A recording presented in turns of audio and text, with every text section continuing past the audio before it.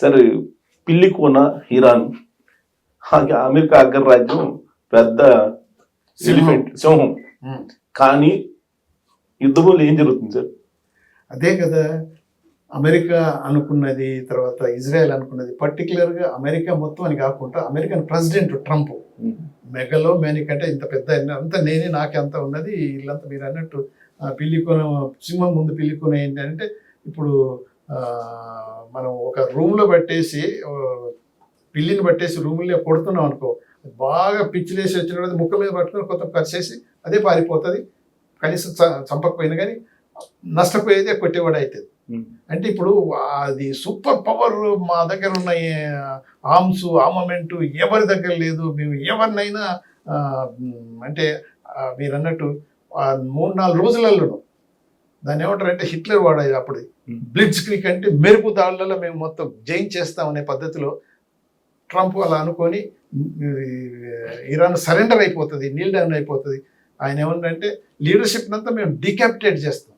చేశారు నిజమే అది. ఎందుకంటే సుప్రీం లీడర్ను తర్వాత 45 సీనియర్ పొలిటికల్ రిలీజియస్ తర్వాత మిలిటరీ లీడర్స్ అంతా అది మరి ఇరానియన్స్ ఎందుకు అలా అటువంటి ఒకటే ప్లేస్లో ఇంతమంది కూడి మీటింగ్ పెట్టుకోవాలనుకున్నారో ఆ మొజాయిద్ సిఐఏ ఏజెంట్స్ ఎవ్రీ మినిట్ వీళ్ళ మూమెంట్స్ అన్ని ట్రాక్ చేస్తున్నారు. చేస్తూ అది యాక్చువల్గా ఇలాంటి ఇరాన్ మీద అటాక్ చేయాలని జూన్ 14, 15, 16 ఆ రోజులలో ఒక రోజు స్టార్ట్ చేయాలన్న ప్లాన్లో ఉన్నారు అమెరికన్ ట్రంప్ ప్రకారం. ట్రంప్ వీళ్ళు పెంటగాన్ వాళ్ళు మన డిపార్ట్మెంట్ ఆఫ్ డిఫెన్స్ మన మినిస్టర్ వాళ్ళకి డిపార్ట్మెంట్ పెంటగాను ఇప్పుడైతే ఆఫ్ కోర్స్ దాన్ని డిఫెన్స్ డిపార్ట్మెంట్ కాకుండా దాన్ని వార్ డిపార్ట్మెంట్గా మార్చేసిన పేరు కూడా పెంటగాన్ ఆ ఏరియాను. సో అందుకని హెడ్జ్కి ఉన్నాడు. సో వాళ్ళు ఏం చెప్పారంటే అడ్వైజ్ ఇచ్చారు. ఎందుకంటే మనం మొబిలైజ్ చేసిన రిసోర్సెస్ ఒకవేళ వార్కు లాంగ్ అయ్యేటట్టయితే సరిపోదు. We need more time to mobilise more arms and armaments అని ప్లాన్లు చేసుకున్నప్పుడు సరే ఓకే అని డిఫర్ అయ్యారు. కానీ ఆ రోజు ఎందుకు 28వ తారీఖు నాడు ఆ రోజు శనివారం పొద్దున్నే ఎందుకు చేయాల్సి ఉంటుంది? వీళ్ళంతా సీనియర్ లీడర్షిప్ అంతా మిలిటరీ పొలిటికల్ రిలీజియస్ అంతా వాళ్ళ మీటింగ్ జరుగుతున్నది. అయితే ఇదే బెస్ట్ అవకాశం, మనం వీళ్ళందరినీ డికాపిటేట్ చేస్తూ చంపేయచ్చని వాళ్ళు సిఐఏ మొసాద్ వాళ్ళు ట్రంప్కి ఇన్ఫర్మేషన్ ఇచ్చిన తర్వాత ఇమ్మీడియట్గా ఆ రోజు అనుకున్న ఆ రోజు చేయొచ్చు అని. కానీ అప్పుడు ఆ టైంకి చేయడానికి ఈ మీటింగ్ వచ్చేసింది కథం. అది కూడా డిఫర్ చేసేది ఉంటే మీటింగ్ కూడా వాళ్ళకి వేరే ప్లేస్గా పోయే బదులు అందరూ ఒకటే ప్లేస్కి వచ్చేసేది. సో ఇమ్మీడియట్గా బటన్ ఎయిర్ ఫోర్స్ 1లో కూర్చొని బటన్ నొక్కి అంటే ఆర్డర్స్ వచ్చేసింది ఇమ్మీడియట్ అటాక్ అని. సో అప్పుడు అలా జరిగింది. జరగటం వల్ల నిజంగా అంతమంది అలా మొత్తం డివాస్టేట్ జరిగింది, అంతమంది చనిపోయారు. అయితే ఇప్పుడు ట్రంప్ అనుకున్న మీరు అన్నారు కదా సింహం ముందు చిన్న పిల్లి కొనులోకి అయినా కానీ రెసిస్టెన్స్ ఎందుకు వస్తుందంటే ఇప్పుడు మనం చూసాం కదా ఆఫ్ఘనిస్తాన్ వాళ్ళు చూస్తే అమెరికా ముందు ఆఫ్ఘనిస్తాన్ ఏముంది కానీ పారిపోవాల్సి వచ్చింది అమెరికా. అంటే నీ హైటెక్ సుపీరియారిటీ అక్కడ పనిచేయవు.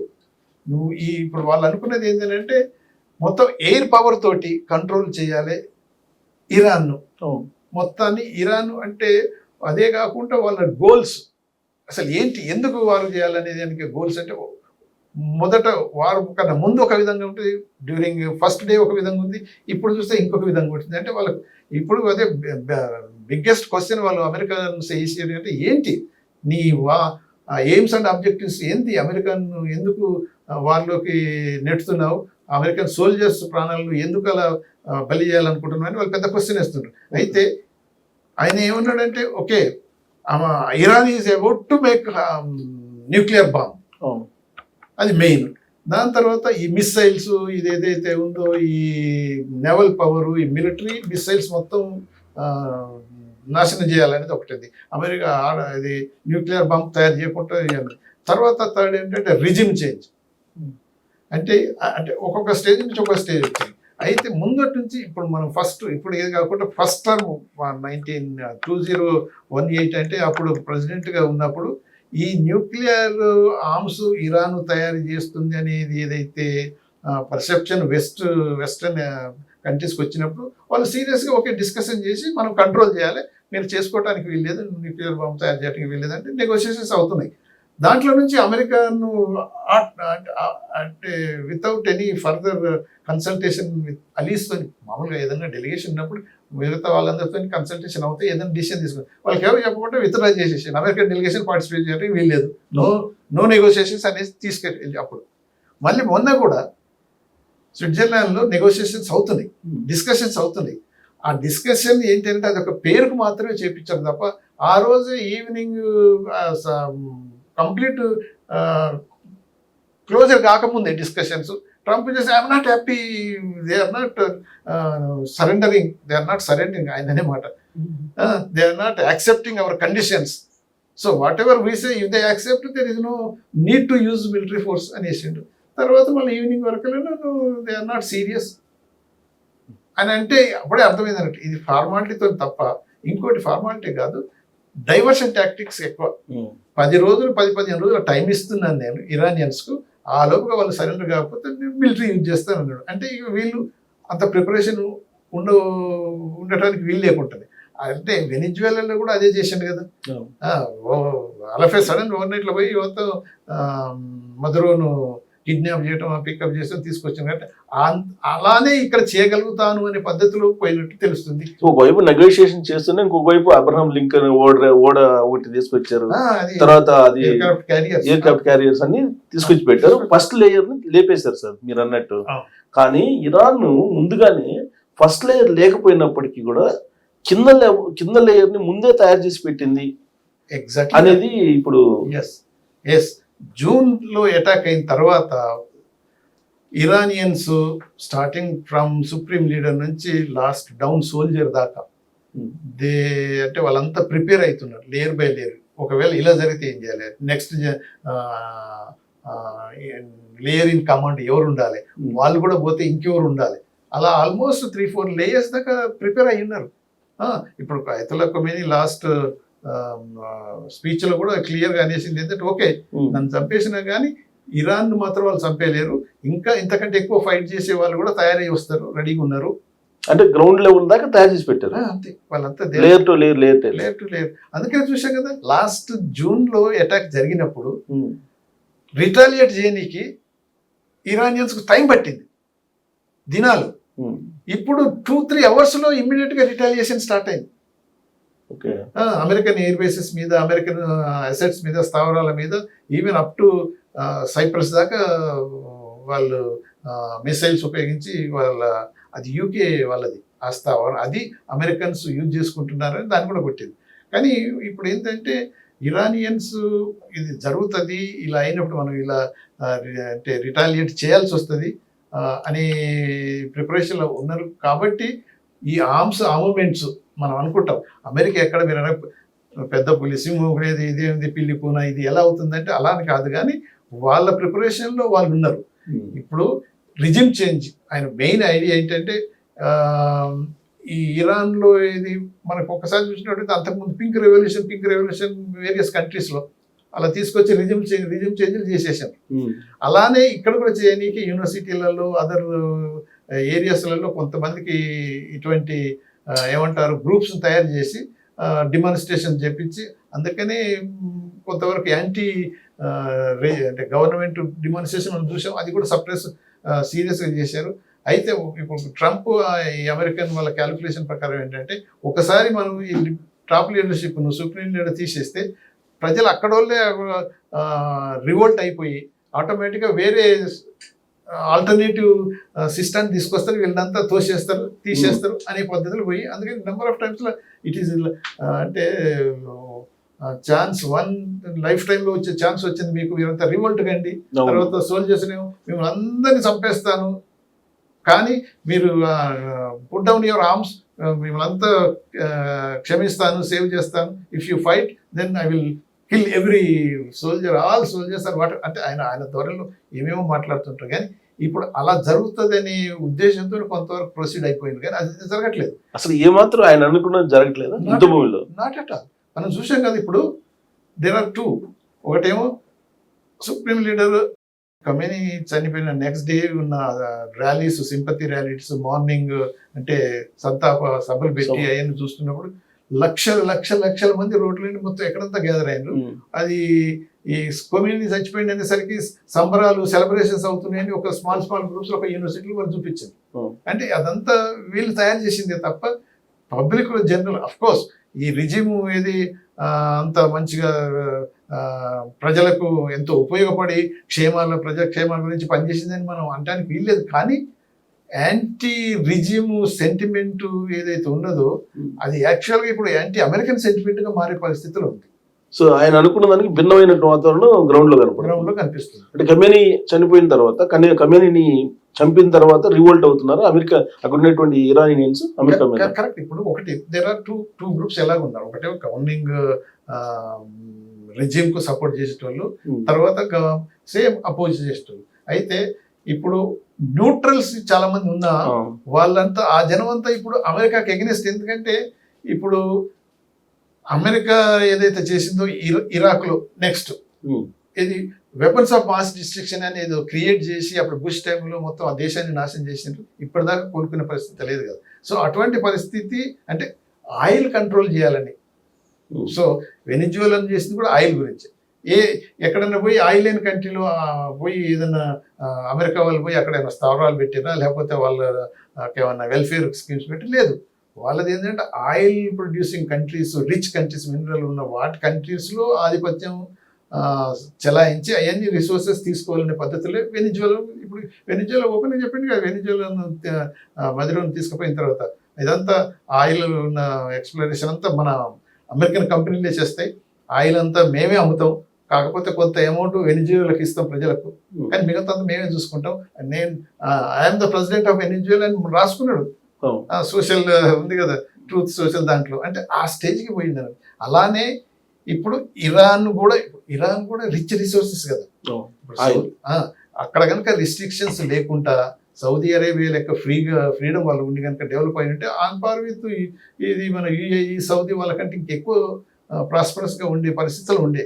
ఒకప్పుడు ఆ షా రిజిమ్ అప్పుడు బోల్డంత ప్రాస్పరిటీ వాళ్ళకి ఇరాన్కు బోల్డంత మంది మన డాక్టర్లు పోయారు. నేను కూడా యాజ్ ఏ డాక్టర్ జనరల్ సర్జన్గా ఇరాన్ వాళ్ళు వస్తే నేను సెలెక్ట్ అయ్యాను.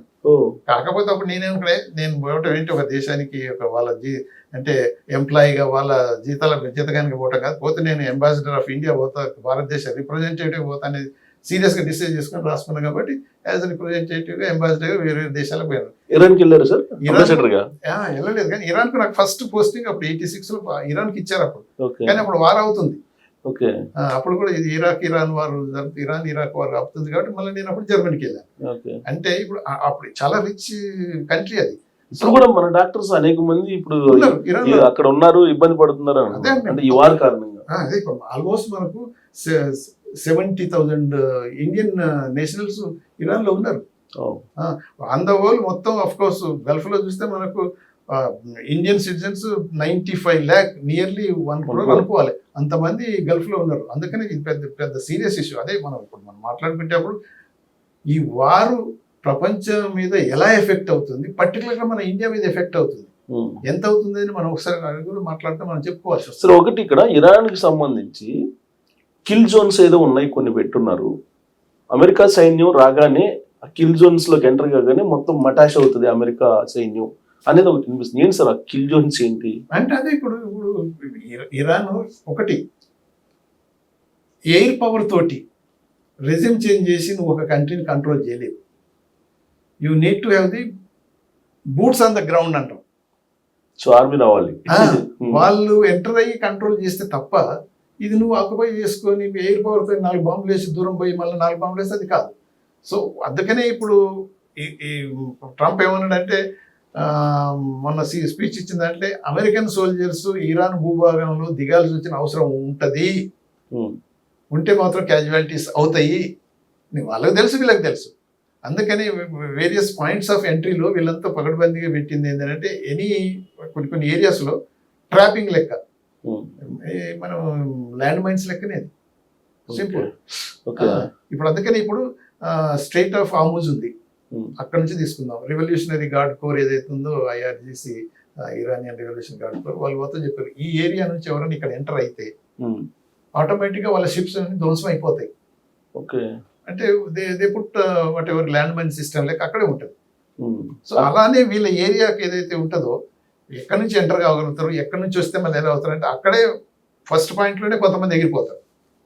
సెకండ్ పాయింట్కి వచ్చినప్పుడు లేయర్ వైజ్ సేమ్ ఇప్పుడు ఏదైతే ఉంటుంది ఇజ్రాయెల్ అనేది కదా ఐరన్ డోమ్, తర్వాత డేవిడ్ స్లింగ్, తర్వాత ఇంకోటి లేయర్ బై ఇలా ఉన్నాయి మిసైల్ యాంటీ మిసైల్ సిస్టమ్ లెక్క. కానీ అవన్నీ కూడా వీళ్ళు పెనిట్రేట్ చేసుకొని పోయి ఇప్పుడు ఇజ్రాయెల్లో టెలి అవీవ్లో ఇంకో సెకండ్ సిటీ పెద్దది ఉందిగా ఐఫా, ఆ ఏరియాలో బొంబార్డ్ జరుగుతుంటే బోర్డు అంత నష్టం అవుతుంది.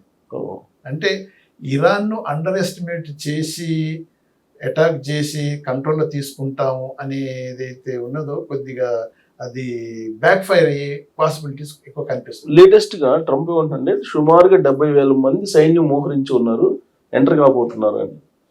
అదే కదా ఇప్పుడు అంటే ఇక ట్రంప్ మాట మనం అంత తీసుకోవాల్సిన అవసరం లేదు. కానీ బట్ ఒకటైతే క్లియర్, ఇరాన్ కనుక ఒకటే అంటున్నాడు కదా, you have to surrender, Iran surrender కావాలి, నీల్ డౌన్ కావాలని అంటున్నాడు ట్రంప్. అదే లాస్ట్ వర్డ్ ఇప్పుడు వచ్చింది. ఇంతకుముందు ఏంది ఇది న్యూక్లియర్ వెపన్ చేయడానికి వీల్లేదు అనటం, లేకపోతే మిసైల్స్ ప్రోగ్రామ్ కంప్లీట్గా పోవాలనటం, తర్వాత నేవల్ పవర్ మిలిటరీ పవర్ అన్ని ఎగిరిపోవటం, ఇవన్నీ పక్కకు పెట్టేసి ఒకటే మీ అన్ని ఆర్మ్స్ అన్ని lay down your arms, Neel down before me, ఆ పద్ధతికి వచ్చినప్పుడు ఇరానియన్స్ ఆ పని చేయలేరు. సరెండర్ కావటం అనేది సూసైడ్.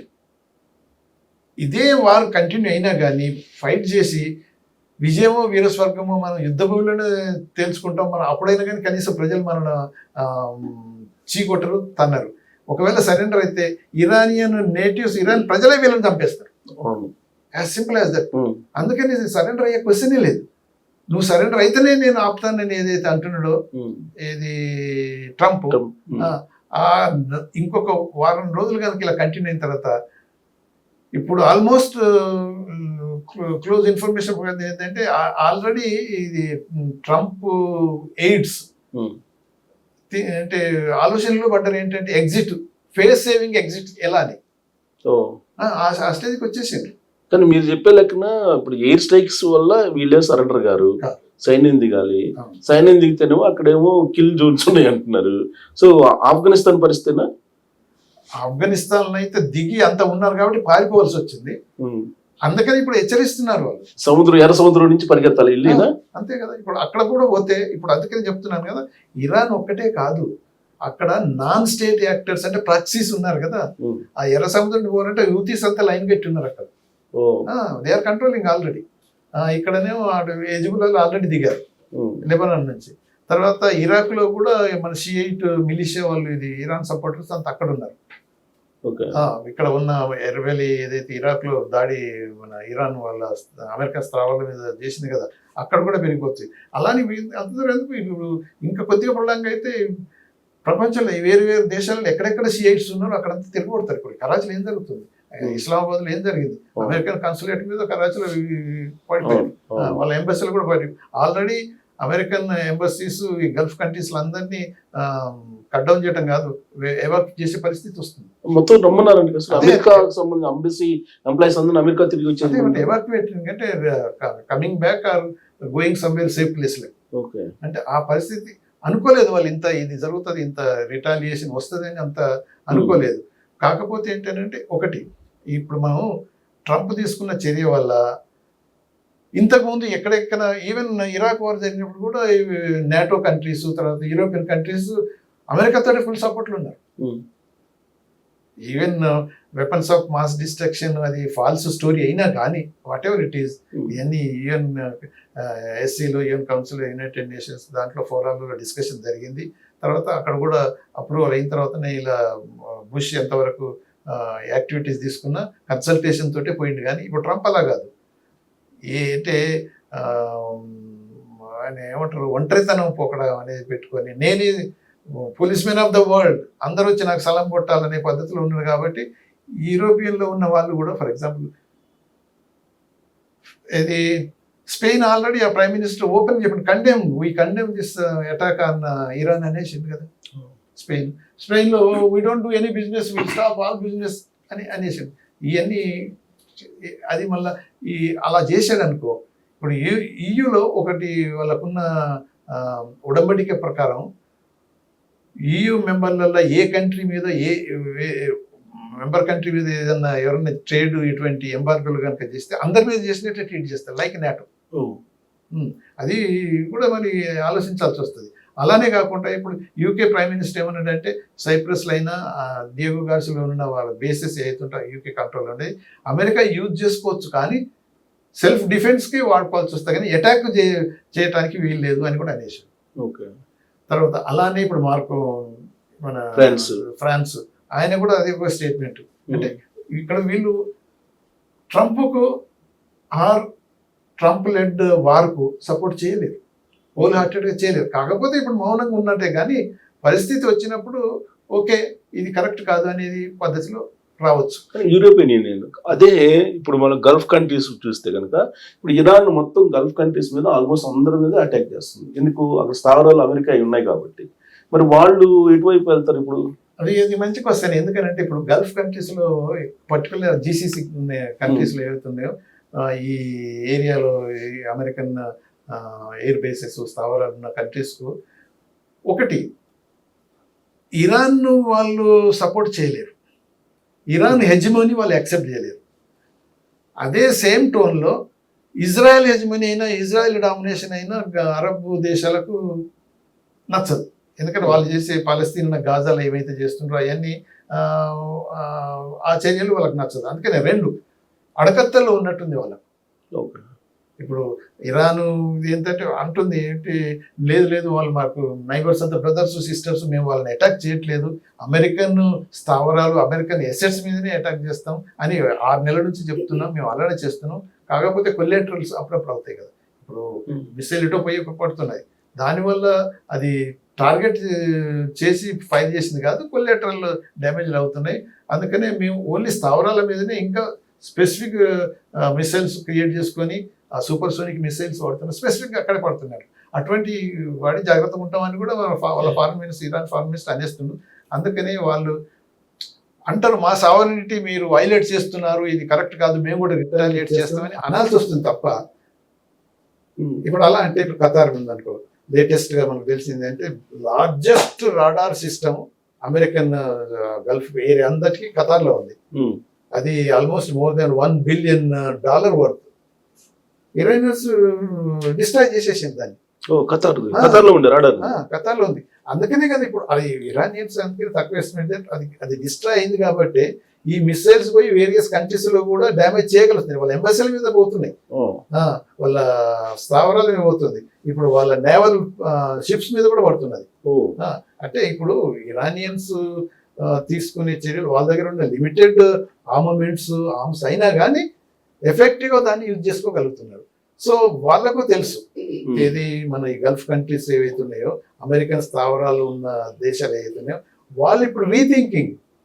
ఒకప్పుడు ఏమనుకున్నారంటే అమెరికన్ స్థావరాలు ఉంటే 100% సెక్యూర్, సేఫ్ అని అనుకున్నారు. ఎవరేం చేయలేరు, ఎక్కడ ఈగ కూడా వాళ్ళది అనుకో, ఈగ కాదు, ఇప్పుడు వాళ్ళే కంట్రీకి ప్రాబ్లం వచ్చేసి ఉంది. వాళ్ళ ఇప్పుడు అమెరికన్ స్థావరం లేని కంట్రీ మీద వీళ్ళు వేయలేదు కదా ఇప్పటిదాకా. అదైతే 33 కంట్రీస్ లో ఉన్నాయి కదా స్థావరాలు ఉన్నాయి, కానీ గల్ఫ్ కంట్రీస్ లో ఎక్కువ ఉన్నాయి కదా. సో దాంతో ఎందుకంటే oil basic American interest petro dollar. ఇప్పుడు ఆ పెట్రో డాలర్ పరిస్థితి నుంచి వరల్డ్ మొత్తం డామినేషన్ వచ్చేసింది. ఇప్పుడు ఏంటంటే ఇది ఈ వార్ కనుక ఇంకా ప్రొలాంగ్ అయితే లూజర్ ఎక్కువ అమెరికానే.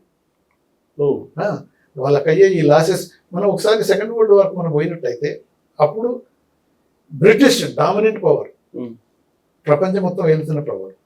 వరల్డ్ వార్ II ఎండ్ స్టేజ్లో డిస్కషన్ వస్తున్న బ్రిటిష్ చాలా వీక్ అయిపోయింది. పౌండ్ రిజర్వ్ కరెన్సీకి ఉండేది అప్పుడు, అది పడిపోయి డాలర్కి వచ్చింది. ఇప్పుడు డాలర్ ఒకప్పుడు 98%, 95% వరల్డ్ రిజర్వ్ కరెన్సీగా ఉన్నది, ఇప్పుడు 55% పడిపోయింది. పడిపోయింది. ఇప్పుడు చాలా మంది ఇప్పుడు బయలెటరల్ కూడా మనమైనా ఇరాన్కు రూపీ రియాల్ తోటి వాడుతున్నాం, ఇప్పుడు రూపీ తోటి రష్యాతో వాడుతున్నాం. అలానే వేరియస్ కంట్రీస్ తోని బయలెటరల్ ట్రేడ్ మనం వాళ్ళ కరెన్సీలో వాడుతున్నాం. ఇప్పుడు బ్రిక్స్ ఉందనుకోండి, ఈ బ్రెజిల్ మనం అదే అగ్రిమెంట్కి వస్తున్నాం. అంటే ఇవన్నీ అయిపోతే వాళ్ళంతా డౌన్ అయిపోతుంది. ఇప్పుడు రిజర్వ్ కరెన్సీ డాలర్ ఉంది కాబట్టి ఇష్టం వచ్చినంత గుద్దుకోవడం, అవన్నీ డాలర్లు ప్రజలకు వేరే దేశాలకు పనిచేయడం, రిసోర్సెస్ అని తీసుకొని పోవడం ఎంజాయ్ చేస్తుంది. ఒక్కసారి అది పడిపోయిందంటే ఇక పతనం అయిపోతుంది. 55% పడిపోయింది అన్నారు మీరు ఇండెక్స్, అంతే కదా? అంటే 55 50% పడిపోతే ఇంకా ఎంత పడిపోతే ఈ డాలర్ డామినేషన్ అనేది ఉండకుండా ఉంటుంది. ఇంకేముంది, ఇంకొక 10% దాటిపోయిందంటే డౌన్ అయిపోయింది అనుకోండి, బిలో 40-45 వచ్చిందంటే హాఫ్ ఆఫ్ ద కరెన్సీ కంటే ఎక్కువ వేరే కరెన్సీలో ఉన్నప్పుడు అప్పుడు ఇప్పుడు China will be the most beneficiary country. China ఈ అవకాశాన్ని సద్వినియోగం చేసుకుంటుందా? చాలా వరకు చేసుకుంటుంది. ఇప్పుడు అఫ్ కోర్స్ వార్నింగ్ ఇస్తుంది. ఏది యుఎన్ సెక్యూరిటీ కౌన్సిల్ కూడా మన మీటింగ్ అయినప్పుడు అప్పుడు అపోజ్ చేసింది, వార్నింగ్ ఇచ్చింది. ఇప్పుడు కూడా స్టేట్మెంట్. ఇప్పుడు ఎందుకంటే ఒకటి మనం మాట్లాడుకోలేదు కదా, ఇది స్టేట్ ఆఫ్ హార్మూజ్ క్లోజర్ వల్ల ఏం ఎఫెక్ట్ అవుతుంది. సో దానికి చాలా ఎఫెక్ట్ ఉందంటే మాక్సిమం ఎఫెక్ట్ చైనా మీద పడుతుంది. ఎందుకంటే 40% ఆయిల్ రిక్వైర్మెంట్ చైనాకు ఈ ఇరాన్ నుంచే పోతుంది. సో అది బ్లాక్ అయిపోయింది అనుకోండి, అదే అంటే ఇప్పుడు బ్లాక్ అయినప్పుడు అంత డెఫిసిట్ మళ్ళీ ఎక్కడి నుంచి తీసుకోవాల్సి వస్తుంది? ఎనర్జీ లేకుండా నడవదు కదా. అక్కడ ఏం చేసారు, ఏది వెనిజువేలా నుంచి కూడా ఆయిల్ పోయేది చైనాకు, అది బ్లాక్ చేసేసింది కదా. సో ఇక్కడ ఇరాన్ తోని వారికి దిగి ఇక్కడ బ్లాక్ అయిపోయింది కదా. సో దానివల్ల ఇప్పుడు చైనాకు ఎనర్జీ మనకు అఫ్ కోర్స్ అక్కడ నుంచి ఈక్వల్ గా మనం of course 85% of our energy requirement, oil requirement అంతా మనం ఇంపోర్ట్ చేసుకుంటున్నాం. Almost half of that percentage ఆ ఏరియా నుంచే మనం తీసుకుంటున్నాం. సో మనకు కూడా ఎఫెక్ట్ అవుతుంది. తర్వాత మనకి ఇంకొకటి ఎఫెక్ట్ ఏంటంటే ఈ చబార్ పోర్ట్ ఏదైతే మనం డెవలప్ చేసినాం కదా, ఇప్పుడు ఈ వార్ వల్ల అది బ్లాక్ అయిపోతే అదొకటి ఈ అంటే ఈ ఆయిల్ గ్యాస్ ఈ సప్లైకి దెబ్బతింటది.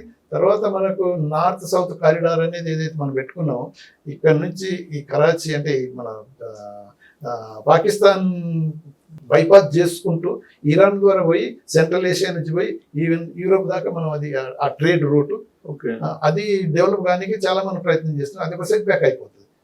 సో అంటే మనకు ఇప్పుడు ఈ స్టేట్ ఆఫ్ హార్మూజ్ బ్లాకేడ్ వల్ల మ్యాక్సిమం ఎఫెక్ట్ అయ్యేది చైనా, తర్వాత India, other Asian countries, some అంటే యూరోపియన్ కంట్రీస్ కూడా అవుతుంది. సో అది ప్రొలాంగ్ అయితే మాత్రం ఇప్పుడు ఆల్రెడీ $10 $12 పెరిగిపోయింది ఈ 4-5 రోజుకి. ఇంకొక వారం రోజులు ఇలా కంటిన్యూ అయితే మళ్ళీ ఇంకా పెరిగిపోతుంది.